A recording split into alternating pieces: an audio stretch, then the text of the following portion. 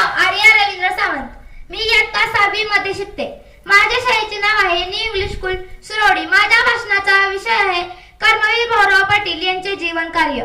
वडिलांनी बायकोसमोर बेरोजगार म्हणून केलेला अपमान सहन झाला नाही, म्हणून त्यांनी आपलं रात्र घर सोडलं. पुढे आयुष्यात काहीतरी करून दाखवेन, तेव्हा घरी पाय ठेवेन अशी ठाम निचरवादी भूमिका आणि छत्रपती शहाजी राजांकडून मिळालेले समाजसेवेचे बळकडू या दोन्हींच्या प्रेरणेतून त्यांनी आशिया खंडातील सर्वात मोठी शिक्षण संस्था उभी केली. संस्था गरीब रयतेसाठी होती, म्हणून त्यांनी संस्थेला नाव सुद्धा रय शिक्षण संस्था असंच दिलं. यापेक्षा मोठं कर्म काय असू शकतं? असा हा भीमपराक्रम ज्यांनी आपल्या आयुष्यात साध्य करून दाखवला, असे महान कर्मवीर भाऊराव पाटील यांच्या जीवनाचा कार्याचा आढावा घेत मी कुमारी आर्या रवींद्र सावंत. कर्मवीर भाऊराव पाटील यांचा जन्म कोल्हापूर जिल्ह्यातील कुंभोज या गावचा. त्यांच्या आईचे नाव गंगाबाई, त्यांच्या वडिलांचे नाव पायगोंडा पाटील. भाऊराव म्हणजे बंडखोर वृत्तीचा माणूस. अन्यायाविरुद्ध आवाज उठवणे हा त्यांचा स्वभाव गुण. भाऊरावांचे वडील सरकारी खात्यात काम करायचे, त्यामुळे त्यांच्या सतत बदल्याही होत.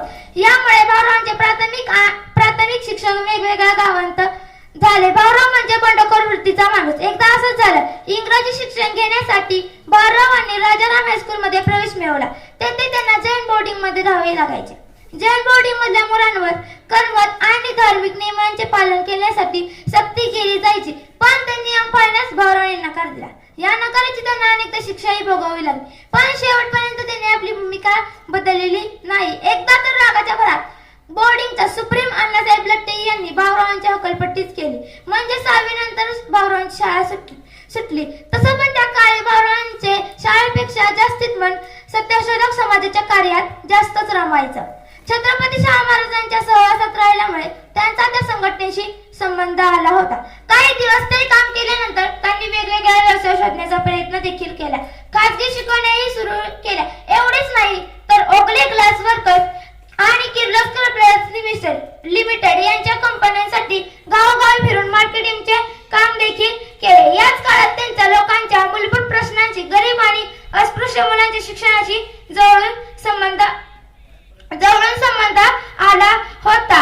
यांना आता शिकून सावरून शहाणे केले नाही तर त्यांच्या पुढच्या कित्येक पिढ्या अशाच अंधारात जगत राहतील, या विचाराने त्यांना अस्वस्थ केलं. ही अस्वस्थता जेव्हा सहन करण्याच्या पलीकडे गेले, तेव्हा त्यांनी गरीब आणि अस्पृश्य मुलांना शिक्षण देण्याची जबाबदारी आपल्या खांद्यावर उचलली आणि काम करायला सुरुवात केली. सर्वप्रथम सांगली जिल्ह्यातील दुधगाव येथे दुधगाव विद्या प्रसारक मंडळ आणि दुधगाव विद्यार्थी आश्रमाची स्थापना सुरू केली. सर्व जाती धर्मांची मुलं एकत्रित राहून शिकायचे. पुढे याच धर्तीवर नेरले आणि काले येथे अशीच वसतिगृह सुरू केली. लोकांचा चांगला प्रतिसाद मिळू लागला.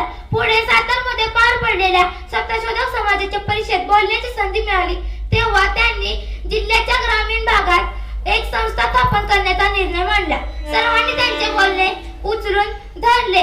त्यानुसार लोकांच्या सहभागातून 4 ऑक्टोबर 1920 मध्ये काले येथे शिक्षण संस्थेची स्थापना करण्यात आली. पुढे 1924 मध्ये रय शिक्षण संस्थेचे मुख्य कार्यालय सातारा येथे नेण्यात आलं.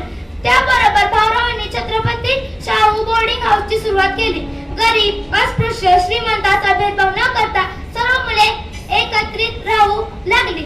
त्यावेळेस भाऊरावांच्या शिक्षण झांजावर प्रक्रियेला सुरुवात झाली. ती अगदी पार कर्मवीर होऊनच थांबली. उन्हातानाची पावसा पाण्याची कसलीच पर्वा न करता त्यांनी अख्खा महाराष्ट्र पिंजून काढून रयत शिक्षण संस्थेसाठी निधी उभा केला. त्यांनी बोर्डिंग चालवण्यासाठी खूप कष्ट घेतले. वेळ पडल्यास आपल्या पत्नीच्या गळ्यातील मंगळसूत्र गहाण ठेवून मुलांच्या जीवनाची सोय केली. त्यांनी मुलांच्या अभ्यासाची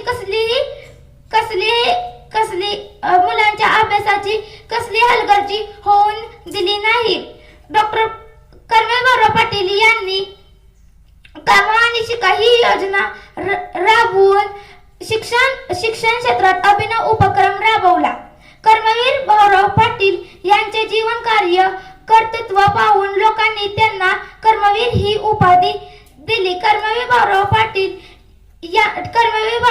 यांचा कार्य पाहून भारत सरकारने त्यांना पद्मभूषण ही पदवी दिली.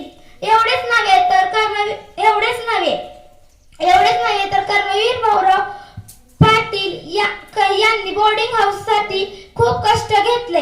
कर्मवीर भाऊराव पाटील 9 मे 1959 रोजी अनंतात विलीन झाले. कर्मवीर भाऊराव पाटील यांना माझे कोटी कोटी प्रणाम. जय हिंद, जय महाराष्ट्र.